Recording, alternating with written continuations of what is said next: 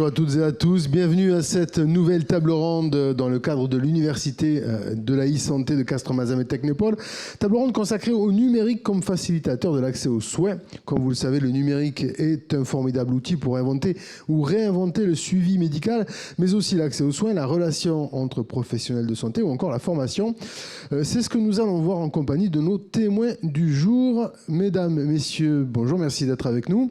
Un premier tour de table tout d'abord pour vous présenter Philippe Péridon. Bonjour.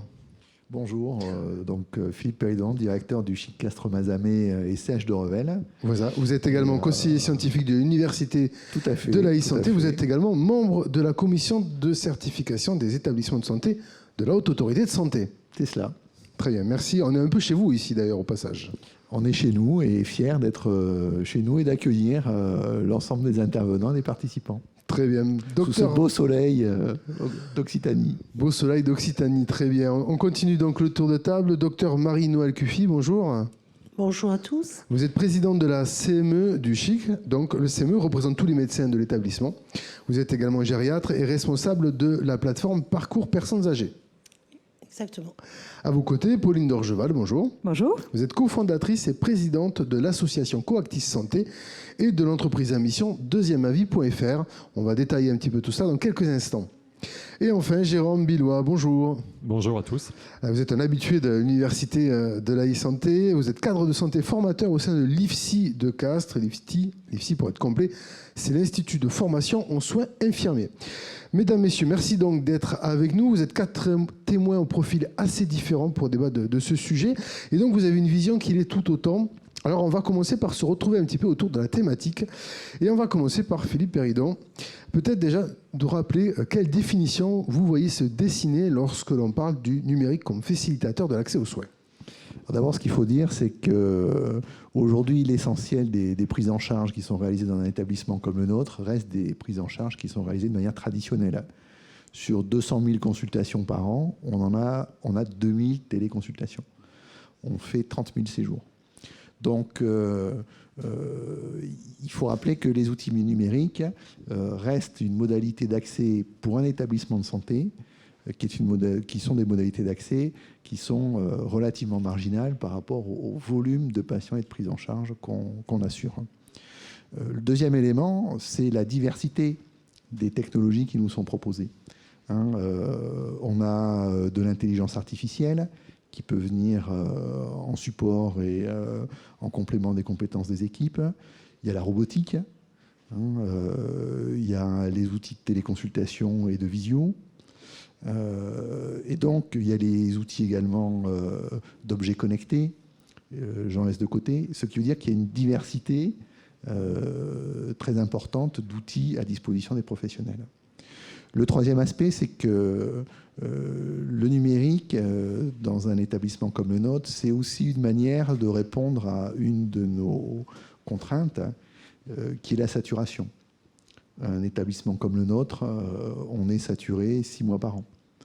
Ça veut dire quoi? Ça veut dire que les problématiques d'accès à l'hospitalisation, les problématiques d'accès aux consultations, et là, tout de suite, l'outil numérique apparaît comme les outils numériques apparaissent comme des éléments qui permettent de desserrer cette contrainte. On évoquait l'accès aux soins pour les personnes à partir de chez elles, mais l'accès aux soins, c'est aussi la capacité à accéder aux équipes et aux plateaux techniques qui ont la compétence et qui ont les moyens pour répondre aux besoins. Et là, les outils numériques sont précieux. C'est une manière, en tout cas au CHIC, qui nous permet d'aborder le développement du numérique en santé. Quel changement d'organisation ça suppose ou cela entraîne pour les équipes du centre?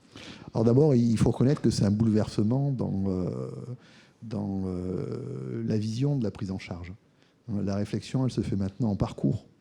Quand on a un patient qui est en télésuivi en cardiologie, c'est pas du tout la même approche du parcours que celle qu'on peut avoir quand on le fait venir tous les 6 mois en cardio pour surveiller un certain nombre de paramètres.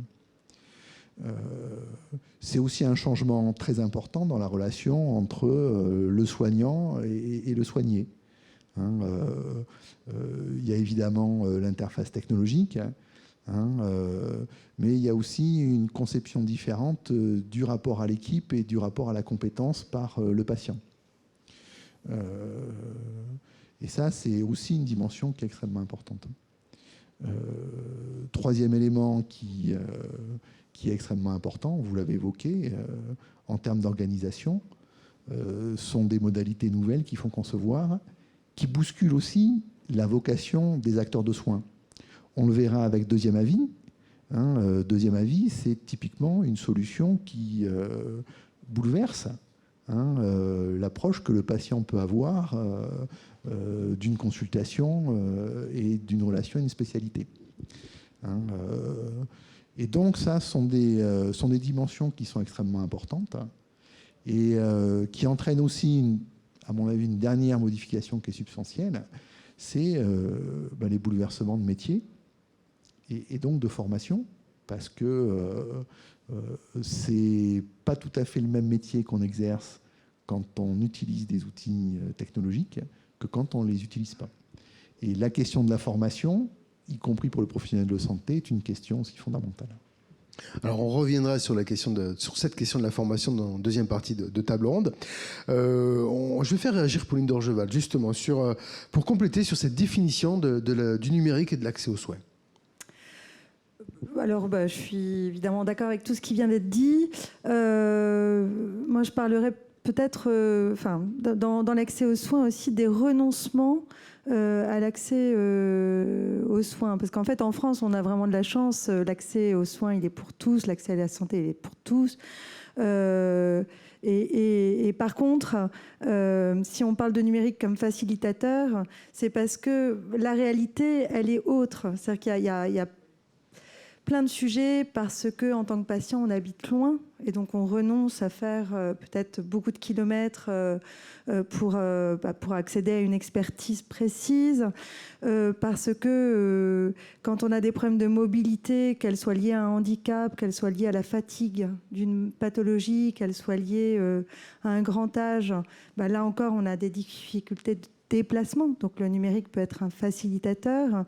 Et puis après, il y a des sujets dont on parle peu, mais des difficultés de la peur de ne pas savoir répondre à un soignant. Et le numérique peut être un facilitateur aussi d'information ou d'accès à cette information. Le numérique peut être un facilitateur aussi dans le cadre de la formation ou de l'accompagnement des professionnels de santé. Donc voilà, moi juste l'accès aux soins, l'accès aux soins pour tous. On est dans un pays formidable, mais la réalité est différente et le numérique permet de repenser finalement toutes les difficultés d'accès aux soins et d'apporter des réponses particulières. Alors, on va s'arrêter un instant sur Deuxième Avis, car c'est une plateforme que vous avez créée justement autour de l'accessibilité aux soins. Oui, alors Deuxième Avis, ça permet en fait au patient et à son médecin d'accéder rapidement, en moins de 7 jours, à un médecin expert d'une pathologie précise grâce à la transmission d'un dossier complet, donc questionnaire et puis surtout imagerie dynamique, résultats de biopsie, biologie, ça dépend des pathologies. Et donc, l'objectif et l'ADN de Deuxième Avis, vous avez rappelé qu'on était une entreprise à mission, c'est de réduire les inégalités territoriales et sociales d'accès à cette expertise. Parce qu'en fait, quand il y a les gens qui habitent au bon endroit, les gens qui n'ont pas de problème de mobilité, encore une fois, les gens qui ont un bon réseau médical peuvent avoir des passe-droits, avoir des rendez-vous rapidement.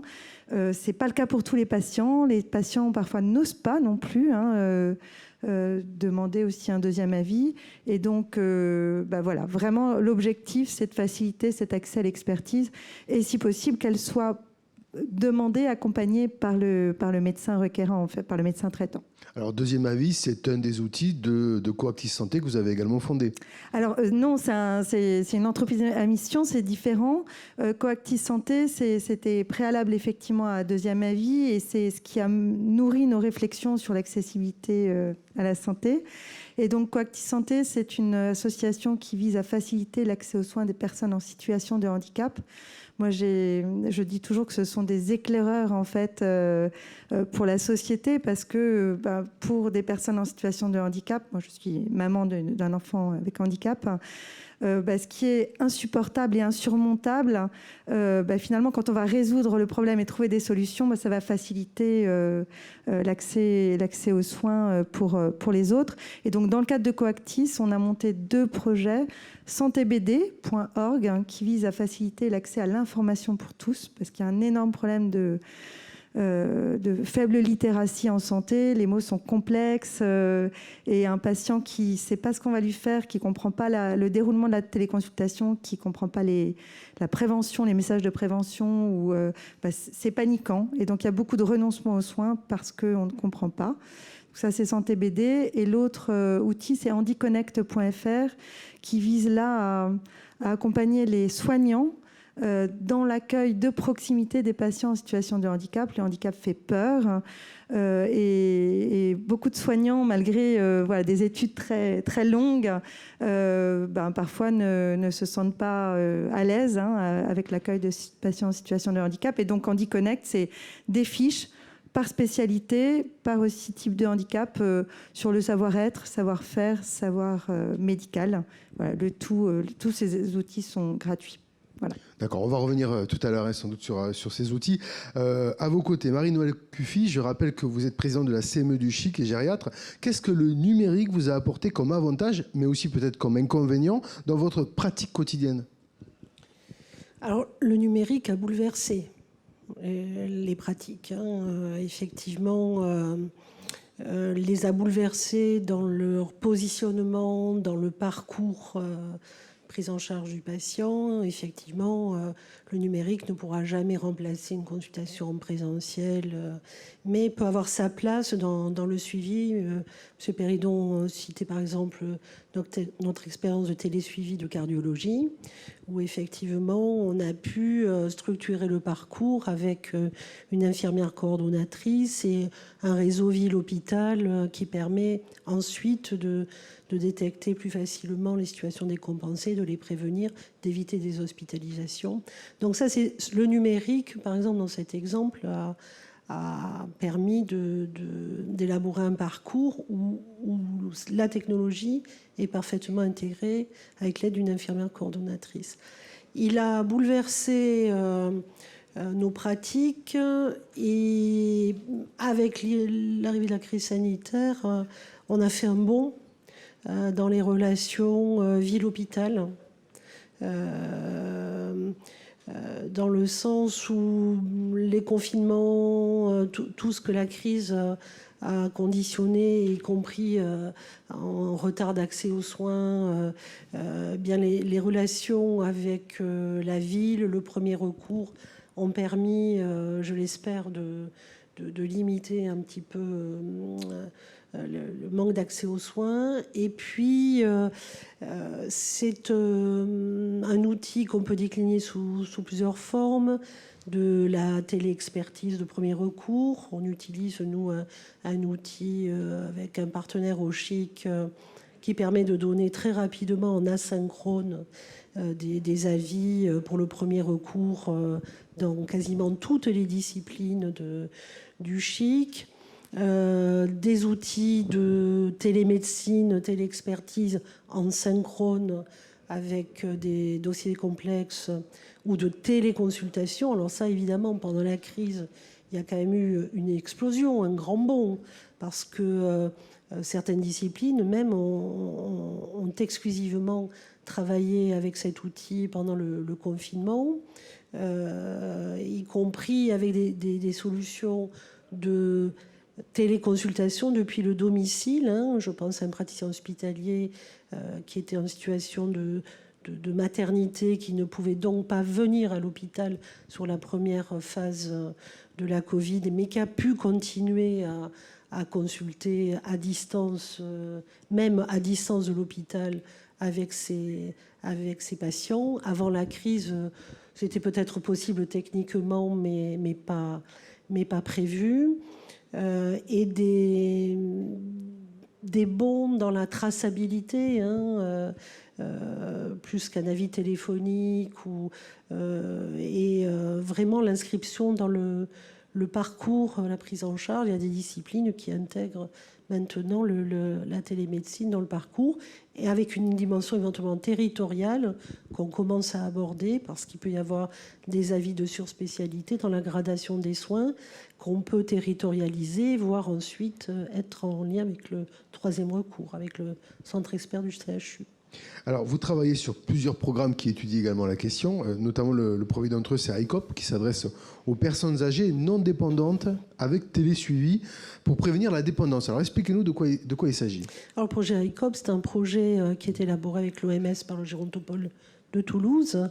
La région Occitanie est une région d'expérimentation et ça repose sur le fait de proposer à des personnes âgées non dépendantes à partir de l'âge de 60 ans. Donc, vous voyez, ça peut concerner des personnes jeunes qui acceptent de rentrer dans le programme en répondant à des questionnaires, éventuellement avec l'aide d'une infirmière. Alors, une infirmière à l'hôpital qui est formée au programme, ou bien des infirmières libérales, et nous en avons un certain nombre dans le sud du Tarn, et qui s'engage dans ce programme de prévention à remplir ce questionnaire qui balaye toutes les capacités intrinsèques importantes, le neurosensoriel, la vue, l'audition, la locomotion, le moral, le statut nutritionnel, à remplir donc ceci tous les 6 mois. Et quand il y a une alerte sur l'un des points, cette alerte est traitée par une infirmière coordonnatrice qui pour l'instant est située à Toulouse, mais que peut-être on aura dans le sud du Tarn, et se met donc en relation avec le premier recours et éventuellement la plateforme personnes âgées pour essayer au plus tôt de répondre à cette alerte de manière coordonnée. D'accord. On va revenir sur les autres projets avec lesquels vous travaillez justement en expérimentation. Mais on va tout d'abord terminer ce tour de table avec Jérôme Billois. Je rappelle, vous êtes cadre de santé formateur au sein de l'IFSI de Castres. Comment est-ce que vous vous êtes emparé de la question du numérique dans la pratique pédagogique de vos étudiants ? Alors, lorsqu'on s'intéresse à la formation des métiers de la santé, ce que l'on observe, c'est que le numérique et l'e-santé apparaissent dans les années 2010, suite à la grande conférence de santé de 2016 et suite à Ma Santé 2022. Ce contexte, il permet d'expliquer que dans le référentiel de formation aide-soignant, qui date de 2021, on retrouve des notions comme la sécurisation des données numériques, ou il y a encore les applications numériques métiers. Mais que, par contre, dans le référentiel de formation infirmier qui date de 2009, celui-ci, le numérique et la e-santé soient absents.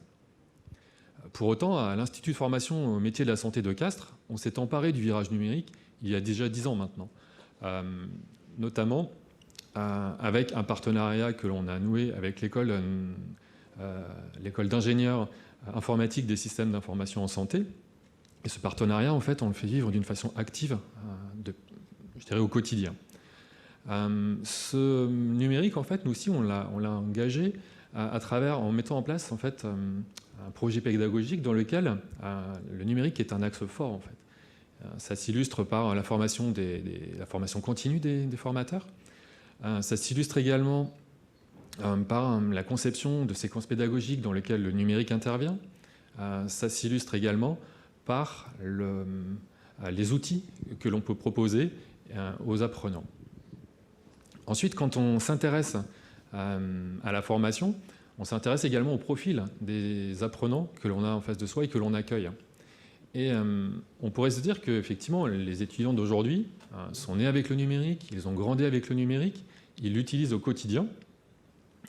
Et on pourrait supposer que les capacités ou que les compétences qu'ils ont développées en lien avec le numérique dans un domaine ludique ou dans un domaine personnel, ils seront en mesure de les transférer dans un cadre pédagogique ou dans un cadre professionnel. Et en fait, quand on est formateur, ce dont on se rend compte, et ça a été validé, en fait, ça a été confirmé par des études, c'est que cette transférabilité, elle ne coule pas de source. Pour vous donner un exemple, il y a quelque temps, une étudiante voulait filmer ses camarades en train de réaliser des travaux pratiques pour ensuite les diffuser sur un réseau social, alors que cette pratique, clairement, elle est interdite dans notre règlement intérieur pour les raisons que vous pouvez comprendre. Sauf que cette étudiante, en fait, elle ne pensait pas mal faire.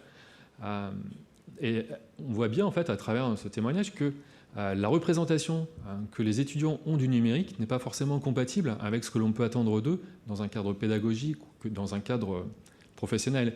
Et que, eh bien, voilà, cette approche du numérique, elle est vraiment à construire, elle est vraiment à accompagner, voire même à guider, et que ça, c'est un rôle important en fait du formateur. Alors, vous parlez de la représentation des étudiants justement sur le numérique. Est-ce que leur perception évolue entre la première et la troisième année? Alors, on s'est interrogé effectivement, nous aussi, sur les représentations des étudiants. Et donc, on a proposé un questionnaire à des étudiants qui venaient d'entrer en formation et à des étudiants qui eux, entraient en troisième année de formation. Et ces représentations, en fait, on est allé les explorer dans plusieurs domaines. On est allé les explorer dans le domaine du soin et de la santé. Et là, en fait, ce que l'on observe, c'est que la différence notable, elle se fait dans la richesse, dans la précision ou dans la finesse, en fait, des représentations que ces étudiants peuvent avoir.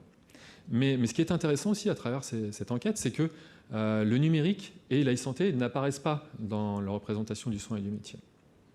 Donc, il y a plusieurs hypothèses en fait, auxquelles on pense en fait, pour expliquer ce phénomène, notamment le fait que les enseignements strictement orientés vers l'e-santé et le numérique interviennent plutôt en troisième année. Donc, les répondants à ce questionnaire n'avaient pas encore eu ces enseignements. Mais on s'interroge aussi sur voilà, la façon dont ils peuvent s'emparer du numérique à la fois dans les enseignements qu'on leur propose au quotidien ou sur la façon dont ils s'en emparent quand ils sont en stage sur le terrain. Ensuite, si maintenant on s'intéresse à la représentation du numérique et de l'e-santé, certes, ils identifient des freins, des contraintes, des limites à l'usage du numérique. Mais de façon globale, en fait, quand même, ce qui en ressort, c'est qu'on a une connotation plutôt constructive et positive en fait, du registre lexical qu'ils utilisent, puisque pour eux, le numérique est associé à une notion de progrès, à une notion d'avancée technologique, à une notion de sécurité. Donc on est vraiment sur quelque chose voilà, de positif. Et ça, on le retrouve aussi sur la façon dont ils pensent que le numérique va pouvoir faire évoluer leurs pratiques. Pour eux, le numérique et la e-santé, ce sont vraiment des atouts majeurs qui vont leur permettre de faciliter la collaboration entre professionnels, qui vont accélérer l'accès à l'information, qui vont fluidifier leur organisation, qui vont leur permettre de gagner du temps et que ce temps, ils vont pouvoir le réinvestir auprès du patient. Donc voilà, au niveau des représentations, on est vraiment face à des étudiants qui ont une certaine appétence, en tout cas pour le numérique, et que voilà, c'est une richesse sur laquelle nous, en tant que formateurs, on doit s'appuyer voilà, pour pouvoir proposer des outils par la suite. Alors justement, en parlant de ces outils, rapidement, ouais. Quels outils vous avez pu mettre en place pour les accompagner là-dessus? Alors, j'évoquais par exemple tout à l'heure le partenariat que l'on a avec l'école ISIS de Castres. Et concrètement, ce que l'on fait, c'est qu'on construit, on monte des groupes d'enseignement qui sont mixtes. C'est-à-dire qu'on met ensemble, à travailler ensemble, des élèves ingénieurs et des étudiants infirmiers autour, par exemple, du raisonnement clinique. Et que ça, c'est intéressant parce que ça leur permet de s'acculturer les uns aux autres. Ça leur permet de comprendre un vocabulaire qui n'est pas forcément accessible aux différentes formations. Ça leur permet de découvrir un métier. Et en même temps, ça leur permet voilà, de se positionner. Par exemple, si on les fait travailler autour du raisonnement clinique, les élèves ingénieurs vont devoir identifier les problèmes, les contraintes des étudiants infirmiers pour pouvoir proposer des solutions numériques. Mais en même temps, pour que ces solutions numériques soient pertinentes, il faut que les étudiants infirmiers puissent se positionner, puissent argumenter, puissent participer au cahier des charges de l'élaboration de ces outils numériques. Donc on est vraiment dans cette relation gagnant-gagnant. Un autre exemple que je pourrais vous donner, c'est vrai qu'on a la chance à l'Institut de formation au métier de la santé de Castres d'avoir un laboratoire de simulation qui est vraiment très performant et qui est très connecté. Et on immerge très rapidement les étudiants dans cet environnement numérique dès la première année en organisant des séances de simulation tout au long de leur formation.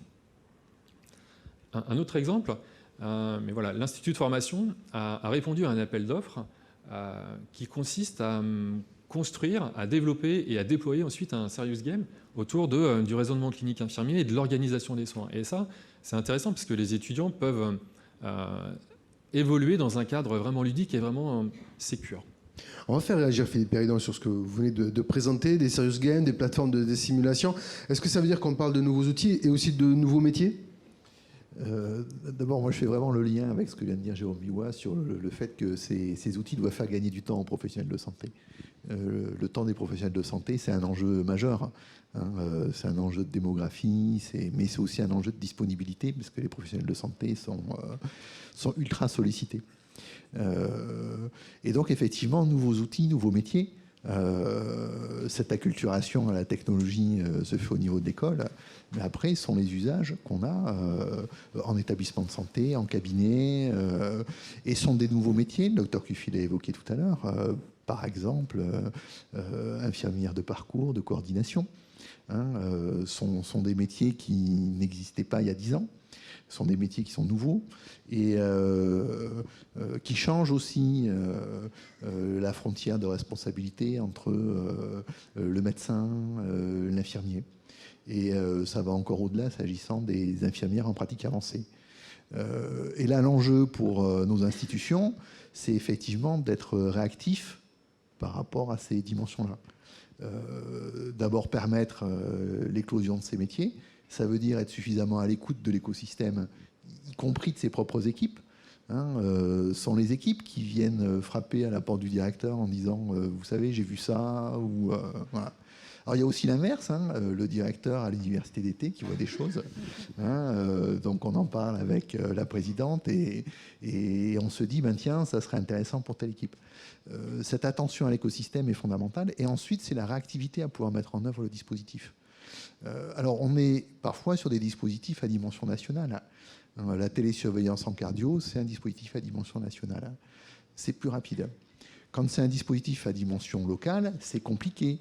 Mettre en œuvre l'article 51 pour faire financer les activités, c'est la croix et la bannière. C'est 2 ans de travail. Et là, on touche aussi du doigt les pesanteurs de la société française et particulièrement du monde de la santé. Et donc, il faut veiller à ce que tout ce qui permette la mise en œuvre d'une solution nouvelle, en convergence, soit prêt au moment où on veut la mettre en œuvre. C'est le cadre réglementaire, le cadre financier, la maturité de la technologie, la compétence des professionnels, l'articulation avec l'extérieur, parce que toutes ces technologies changent complètement l'abord de la prise en charge du patient et la relation qu'on a avec les autres acteurs de santé. Donc ça fait beaucoup de facettes qu'il faut prendre en compte pour avoir la maturité à un moment donné de dire on peut tester la solution, voire la mettre en œuvre de manière pleinement opérationnelle. Alors, ce qui nous permet de revenir justement sur la question de l'accessibilité aux soins, parce que les outils c'est bien, mais il faut que la situation, comme vous dites, d'accès aux soins soit organisée. Nous, on voit très bien que les usages qu'on a des différents outils numériques qu'on met en œuvre, c'est d'abord une chose, c'est changer le rapport à l'activité programmée et faire en sorte que cette activité programmée ne passe plus par l'hospitalisation. Ça, c'est déjà le premier enjeu et qu'on retrouve clairement. On a parlé de la télésurveillance en cardio, c'est pareil en diabétologie avec MyDiaby. Voilà. Le deuxième sujet, c'est comment faire en sorte aussi que la demande de soins ne s'exprime pas par un recours aux urgences. Et donc, comment l'outil numérique devient finalement un outil qui évite le recours aux soins non programmés. On est expérimentateur d'un dispositif de déploiement d'infirmières de nuit en EHPAD, dans le cadre d'un appel à projet régional. On a mis en œuvre ce dispositif depuis le début de l'année et on va le doubler d'une dimension technologique pour permettre la téléconsultation directement aux urgences. L'objectif, c'est quoi ? C'est d'abord de faire en sorte qu'il n'y ait pas de transfert en fin de journée ou de nuit d'un EHPAD, étant entendu qu'il n'y a pas d'infirmier en EHPAD. Donc il y a l'apport de la compétence infirmière. Et vraiment, pour éviter le transfert, on va doubler ça d'un dispositif de téléconsultation qui permettra de valider avec le médecin urgentiste la pertinence ou non du transfert. Parce qu'on sait que souvent, le transfert, il n'a pas de pertinence médicale. Et il va être très péjoratif pour la prise en charge de la personne âgée. D'abord parce que c'est brutal pour elle. Et puis ensuite parce que l'accueil qui lui sera réservé au sein des urgences sera un accueil complexe du fait éventuellement de comorbidité, etc. Donc, on voit bien là le prisme qui est le nôtre dans les outils qu'on déploie, changer le recours à l'hospitalisation, réduire le recours au non programmé. Après, une des dimensions qui a été vraiment évoquée par le docteur Cuffy et par Mme Dangeval, comment faire pour continuer à être présent dans des réseaux de soins qui peuvent se mettre en place sans le recours aux compétences locales. Deuxième avis, ce n'est pas nécessairement le recours aux compétences locales.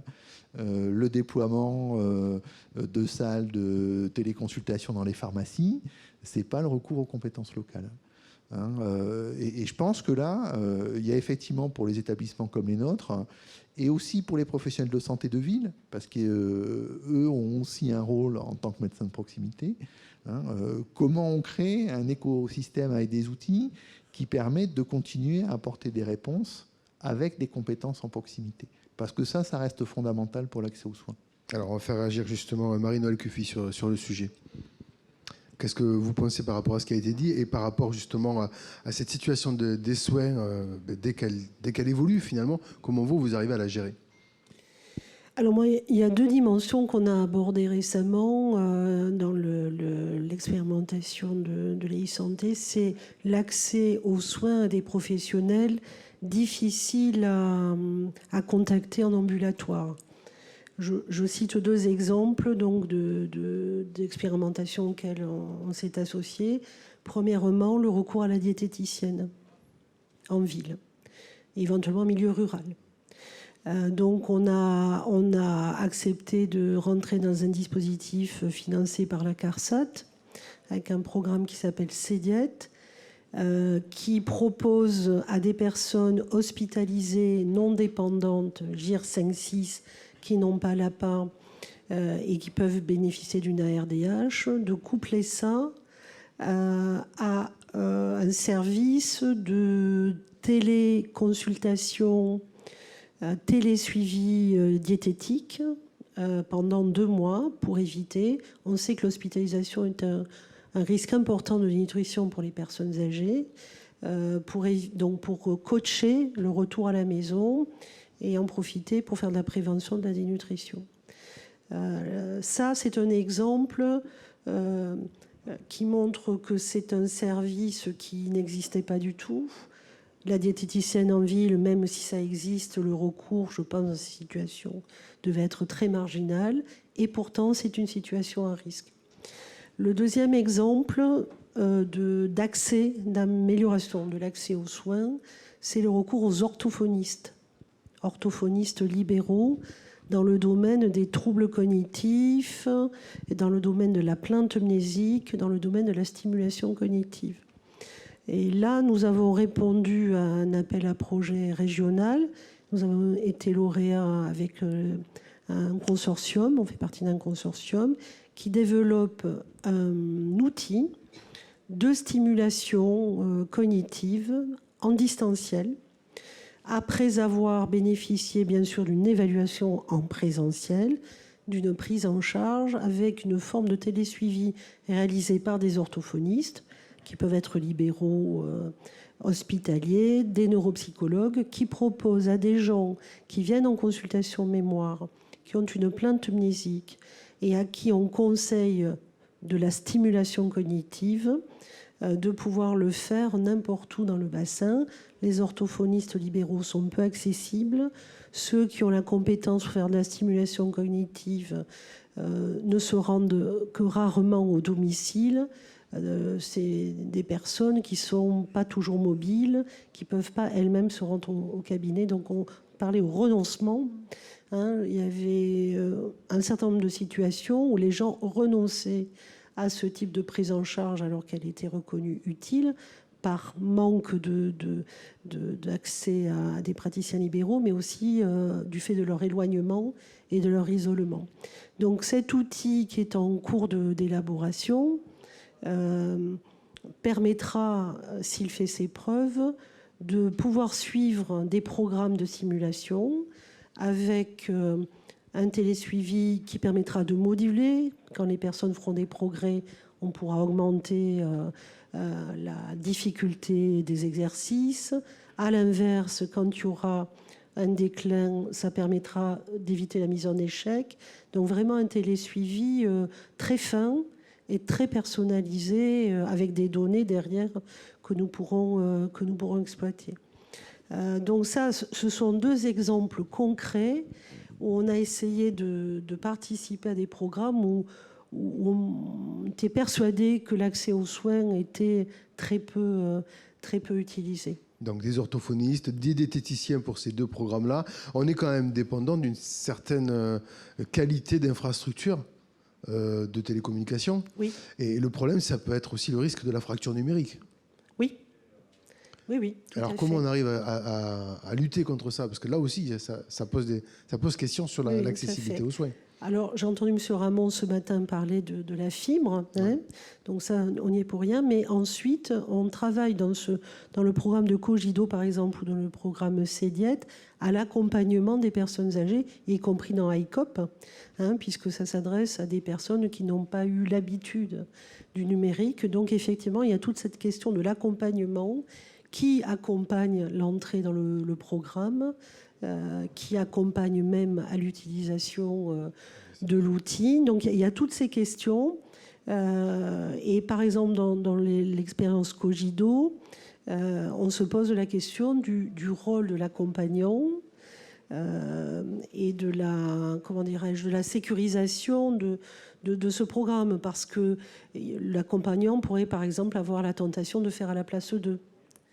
De modifier un petit peu les résultats en aidant, voilà, qui n'est pas une objectivité tout à fait. Donc, il y a aussi des travaux autour de ça, de l'accompagnement à l'utilisation de l'outil. Voilà.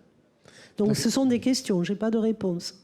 Mais ce sont des questions qui sont soulevées, en effet. Alors, M. Péridon pour réagir, et après, Pauline d'Orgeval. Pour dire que le projet Cogido, c'est un des 3 projets lauréats de l'appel à projet régional Recherche Clinique 2020, ARS, Conseil régional.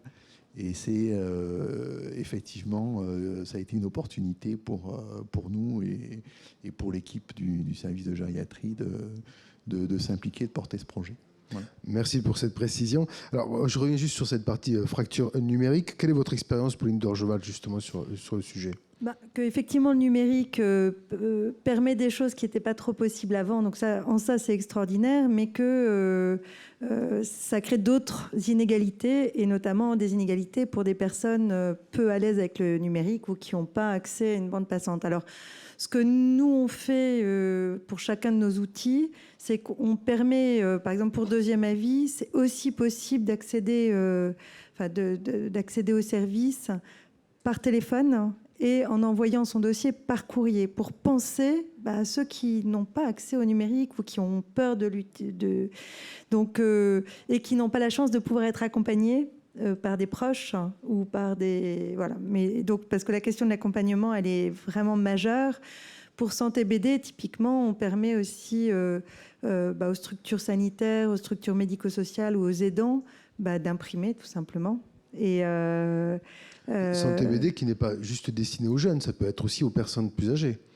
Santé BD est destinée à toute la population française. C'est pas du tout destiné qu'aux personnes handicapées, aux personnes âgées, etc., à tout le monde. Et effectivement, c'est en accès gratuit où on peut personnaliser les fiches. Mais du coup, pour certaines populations qui ont plus de mal à accéder peut-être au numérique ou être à l'aise sur le numérique ou à ne pas avoir aussi de tablette c'est possible, entre guillemets, qu'ils aient accès à des petits livrets papier. Donc, moi, je trouve que pour ne pas recréer d'autres types d'inégalités, alors qu'on se bat tous pour optimiser finalement le parcours de soins et l'accès aux soins, c'est important de penser à ces gens qui sont éloignés du numérique et y penser en amont de la création des services. Voilà. D'accord, donc vraiment dans les usages, au début de la réflexion, il faut envisager cette difficulté d'accessibilité au digital, quoi. Exactement. Et donc, par exemple, pour deuxième avis, très vite, on s'est aperçu que c'était important de mettre un téléphone très, très visible parce que c'est de la réassurance, parce que, encore une fois, du coup, on peut expliquer qu'il y a d'autres possibilités que le numérique. Voilà, mais tout le monde n'y pense pas encore. Jérôme Billois, comment est-ce que tous ces projets, toutes ces problématiques interrogent la formation finalement? Alors, c'est vrai que, notamment la fracture numérique, de la part des étudiants, enfin, sur le plan au niveau des étudiants, on l'a vraiment vu, notamment avec les 2 ans que l'on vient de passer, puisque des étudiants étaient vraiment en difficulté quant à la connexion qu'ils pouvaient avoir à leur domicile, quant au matériel en fait, dont ils disposaient. Et Donc ça nous a demandé de nous réinterroger aussi, nous, sur la façon dont on pouvait construire nos séquences pédagogiques, en fait. Parce que passer 8 heures devant un PC, ça reste quand même assez fastidieux pour un étudiant. Donc la façon dont on a essayé de travailler, c'est en essayant de varier un petit peu nos modalités pédagogiques, nos séquences pédagogiques, en essayant d'hybrider un petit peu la formation. Donc ça, c'était le premier volet. Et puis pour répondre à ces problèmes de connexion, on a travaillé avec le système informatique, le service du système informatique du CHIC Castres-Mazamet, en essayant là aussi, effectivement, de proposer des supports sur lesquels les étudiants pouvaient à la fois suivre les cours depuis leur PC avec une connexion Internet, et pour ceux pour lesquels ce n'était pas possible, de suivre les cours et de pouvoir intervenir en cours en utilisant leur ligne téléphonique. Donc c'est vrai qu'on a essayé aussi de nous adapter avec l'expérience en fait, des confinements et écoutez, pour l'instant, les retours qu'on a pu avoir étaient quand même assez positifs en tout cas. Le bon vieux téléphone, finalement, il a encore des beaux jours devant lui. Écoutez... Très bien. Alors, il nous reste 5 minutes, ça va très très vite, malheureusement. On va terminer sur les évolutions, finalement, les perspectives que vous voyez dans cette accessibilité aux soins et au numérique. Quelles évolutions vous voyez ou quelles évolutions vous espérez? Philippe Péridon, peut-être, on va commencer par vous. Une préoccupation de directeur quand même, hein, c'est d'éviter la balkanisation des outils, qui est quand même une vraie problématique. Ce qui fait la richesse d'un centre hospitalier comme le nôtre, c'est la pluridisciplinarité, c'est la capacité parce que les parcours de soins sont complexes, hein, à avoir une fluidité du dossier, de la prise en charge du patient. Et d'avoir des réponses spécifiques par spécialité ou sur des niches particulières pose des difficultés dans la capacité qu'ont nos institutions à assurer cette transversalité, cette pluridisciplinarité. Le deuxième élément, moi j'y insisterai à nouveau, c'est vraiment la capacité de dialogue et d'écoute entre les équipes et le management. Quand je dis le management, c'est les chefs de pôle aussi, les chefs de service. Il faut que les possibilités émergent pour que les institutions s'en saisissent. Et ça me paraît vraiment fondamental dans un foisonnement technologique tel qu'on le voit et que le présente cette université. Oui, la technologie, c'est un aiguillon, vous disiez, justement, pour réfléchir. Oui, et il faut accepter que certains projets qu'on engage, finalement, ne soient pas aussi fructueux qu'on l'imaginait. Voilà, quoi. Je pense que ça, il faut aussi l'intégrer au départ. Docteur Cuffy, on espère que les projets dans lesquels vous êtes engagés, eux, vont se concrétiser, en tout cas, puisque vous êtes vraiment projeté avec les expérimentations. Comment vous voyez les perspectives par rapport à cette accessibilité? Alors moi, ce que j'espère, c'est que ces outils seront vraiment intégrés dans le parcours et intégrés dans la dimension partage d'infos, échange d'infos, traçabilité, avec tous les intervenants concernés par le parcours d'un patient. Donc il y a tout un travail ensuite d'intégration, probablement numérique d'ailleurs. Alors je ne sais pas, DMP ou comment, mais ça va arriver très vite parce que pour coordonner et pour rendre un parcours cohérent et accessible par des intervenants en semi-urgence, en urgence ou en programmé, ces notions sont précieuses et il faut absolument les coordonner. Donc il faut que ça devienne beaucoup plus transparent pour les professionnels de santé, quelque part. Qu'il puisse y avoir un échange au bon moment, accessible, avec l'accord du patient.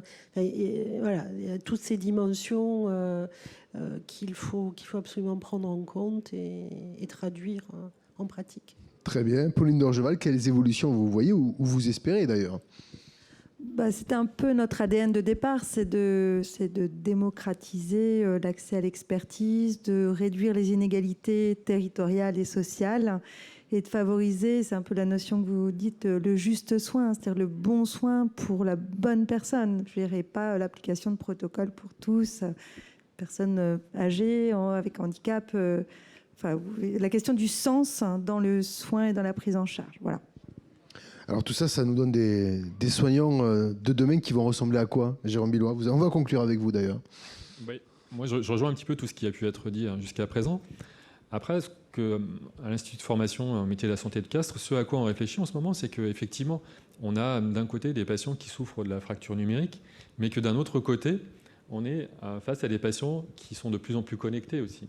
Je pense notamment aux patients diabétiques qui ont leur capteur relié à leur smartphone avec des données qui sont envoyées par exemple à leur médecin traitant. Donc notre rôle, nous, en tant qu'établissement de formation, c'est aussi de proposer des enseignements qui répondent aux besoins des usagers d'aujourd'hui.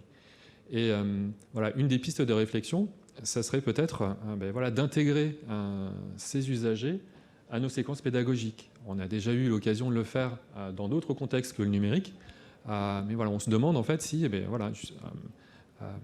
les faire intégrer ou les intégrer à notre formation pour qu'ils puissent exprimer leurs besoins en termes de numérique et pour que les professionnels de demain puissent bien découvrir et identifier ces besoins, ça nous semble en tout cas une orientation intéressante. Le retour d'expérience directe, ce sera évidemment à creuser. Eh bien, écoutez, on va s'arrêter là. Merci à vous toutes et à vous tous pour vos témoignages et votre expertise.